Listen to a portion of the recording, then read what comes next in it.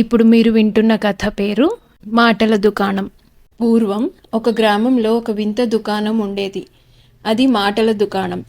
ధర్మపాలుడనే ఒక ఆయన ఆ దుకాణాన్ని నడిపేవాడు. ఆయన ఒక్కొక్క చీటి మీద ఒక్కొక్క సలహా రాసి పెట్టి కావలసిన వారికి కావలసినన్ని సలహాలు అమ్మేవాడు. ఒక్కొక్క చీటీ ఖరీదు 100 రూపాయలు. ఈ చీట్లు కొన్నవారు వాటిలోని సలహాలు పాటించి లాభం పొందుతూ ఉండేవారు. ఒకనాడు ఆ దుకాణానికి ఒక శ్రేష్ఠి వచ్చాడు. ఆయన ధనికుడు. మాటల దుకాణంలో ఆయన 300 ఇచ్చి 3 సలహాలు కొనుక్కున్నాడు. ఆ సలహాలేమంటే, ప్రయాణమై వెళ్ళేటప్పుడు భార్యకు వివరాలు చెప్పరాదు, దారిలో భోజనం చేయవలసి వస్తే దారికి సమీపంగా భోజనం చెయ్యరాదు, తొందరపడి ఎవరితోనూ దేని గురించి పందెం వెయ్యరాదు. ఈ సలహాలను కొనుక్కొని శ్రేష్ఠి ఇంటికి వెళ్ళాడు. వీటిలో యథార్థం ఎంతవరకు ఉన్నది తెలుసుకోవాలని ఆయనకు కుతూహలం కలిగింది. భార్యతో చెప్పకుండా ఆయన 9 సంచులలో 9,000 రూపాయలు తీసుకొని బండి మాట్లాడుకొని వ్యాపారం చేయటానికి బస్తీకి బయలుదేరాడు. శ్రేష్ఠి కొంత దూరం ప్రయాణించాక భోజనం వేళ అయ్యింది. దారికి కొంత దూరంలో బావి కనిపించిన చోట బండి ఆపి బావి సమీపంలో భోజనం చేసి మళ్లీ ప్రయాణమయ్యాడు. కొద్ది దూరం వెళ్ళాక సంచులు లెక్క చూసుకుంటే 9 ఉండవలసినవి 8 ఉన్నవి. బావి వద్దకు వెళ్లి వెతికితే పోయిన సంచి దొరికింది. అది అక్కడే ఒక గడ్డి కుప్ప మీద పడి ఉన్నది. తాను డబ్బిచ్చి కొనుక్కున్న సలహాలలో ఒకటి మేలు చేసింది. శ్రేష్ఠి సంతోషించాడు. తాను దారిలోనే భోజనం చేసినట్టయితే ఆ సంచిని దారిపోయే వాళ్ళు ఎవరో ఒకరు తీసుకుని ఉండేవారే. ఆ సంచి తీసుకుని ఆయన బండి వద్దకు వస్తుండగా ఆయన కాలికి ఒక పిచ్చి పుచ్చకాయ తగిలింది. చిత్రమేమంటే అది తగలగానే ఆయన కాలికి ఎంతో కాలంగా మానకుండా ఉన్న పుండు ఒకటి తుడిచిపెట్టినట్టు నయమైంది. ఆ కాయలో ఏదో మహత్తు ఉండి ఉండాలని దానిని తిరుగు ప్రయాణంలో తీసుకుపోయే ఉద్దేశంతో ఆయన బావి సమీపంలో గుర్తుగా ఒక చోట పాతిపెట్టి బండి ఎక్కి ప్రయాణం సాగించాడు. బస్తీలో వ్యాపారం బాగా కలిసి వచ్చింది. శ్రేష్ఠి పుష్కలంగా ధనం సంపాదించి దారిలో తాను దాచిపెట్టిన పుచ్చకాయ మాట మరిచి మరొక దారిన స్వగ్రామానికి తిరిగి వచ్చాడు. ఆయన తిరిగి వచ్చే నాటికి ఆ గ్రామంలోని లక్షాధికారి రాచపుండుతో బాధపడుతున్నాడు.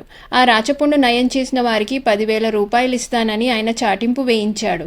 ఏమంటే ఎంతోమంది దానికి తగిన చికిత్స చేయలేకపోయారు. ఈ సంగతి వినగానే శ్రేష్ఠికి తాను దాచిన పిచ్చి పుచ్చకాయ జ్ఞాపకం వచ్చింది. అది తెస్తే లక్షాధికారి రాచపుండు నయమవుతుంది, తనకు 10,000 లాభం వస్తుంది. ఈ సంతోషంలో ఆయన తాను కొనుక్కున్న సలహాలను మర్చిపోయి తాను దాచిపెట్టిన పిచ్చి పుచ్చకాయ సంగతి, తాను దాన్ని తీసుకొచ్చి చికిత్స చేసి 10,000 సంపాదించుకునేందుకు అవకాశం ఉన్న సంగతి భార్యకు చెప్పేసి, నేను ఇప్పుడే లక్షాధికారి వద్దకు వెళ్ళి ఆయన చేత ఒప్పందం రాయించుకొని వస్తాను, రేపు బయలుదేరి వెళ్ళి ఆ కాయ తెచ్చుకోవచ్చు అన్నాడు. శ్రేష్ఠిగారి భార్య మరుక్షణమే ఈ విషయమంతా పూసగుచ్చినట్టు పొరుగింటి ఆవిడకు చెప్పింది. ఆవిడ తన భర్తకు చెప్పింది. శ్రేష్ఠి లక్షాధికారి ఇంటికి పోయేదారిలో పొరుగింటివాడు వచ్చి ఆయనను కలుసుకున్నాడు. మాటల సందర్భంలో ఇద్దరూ ఒకే పని మీద వెళుతున్నట్టు స్పష్టమైంది. ఆ లక్షాధికారి రాచపుండు ఎలా నయమవుతుందో నాకు తప్ప ఇంకెవరికీ తెలియదు అన్నాడు శ్రేష్ఠి. ఆ రహస్యం నాకు తెలుసును అన్నాడు పొరుగువాడు. లక్షాధికారి పుండు నయం చేయటం నీ వల్ల కాదు అన్నాడు శ్రేష్ఠి. నయం చేస్తాను, చేతనైతే పందెం కాయి అన్నాడు పొరుగువాడు.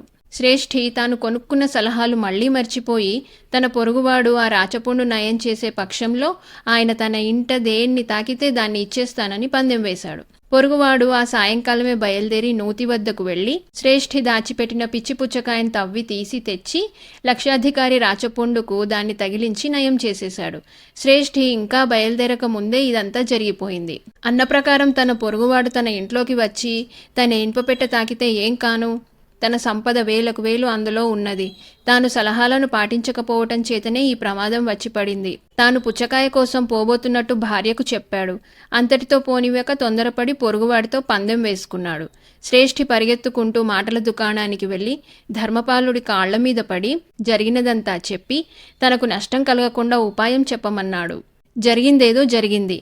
నీ ఇనుపపెట్టెను అటక మీద పెట్టించి పొరుగువాడు వచ్చేసరికి అటకకు నిచ్చెన వేసి ఉంచు, నేను కూడా వస్తాను అన్నాడు ధర్మపాలుడు.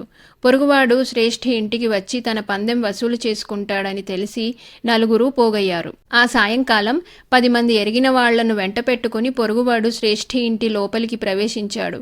అటూ ఇటూ చూశాడు. ఇనప్పెట్టె కనిపించలేదు. అటక నిచ్చెన కనిపించాయి. ఇనప్పెట్టె అటక మీద ఉన్నది. నిచ్చెన ఎక్కటానికి గాను పొరుగువాడు దాన్ని పట్టుకున్నాడు. శ్రేష్ఠి నిచ్చెన తాకాడు. ఇక అది నీది కాదు, పందెంలో నీవు ఓడావు అన్నాడు ధర్మపాలుడు. దీనికి పొరుగువాడు అభ్యంతరం చెప్పాడు. కానీ అక్కడ చేరిన వారంతా ధర్మపాలుడు చెప్పినది ధర్మమేనన్నారు. ఆయన ధర్మాన శ్రేష్ఠికి పెద్ద నష్టం తప్పింది.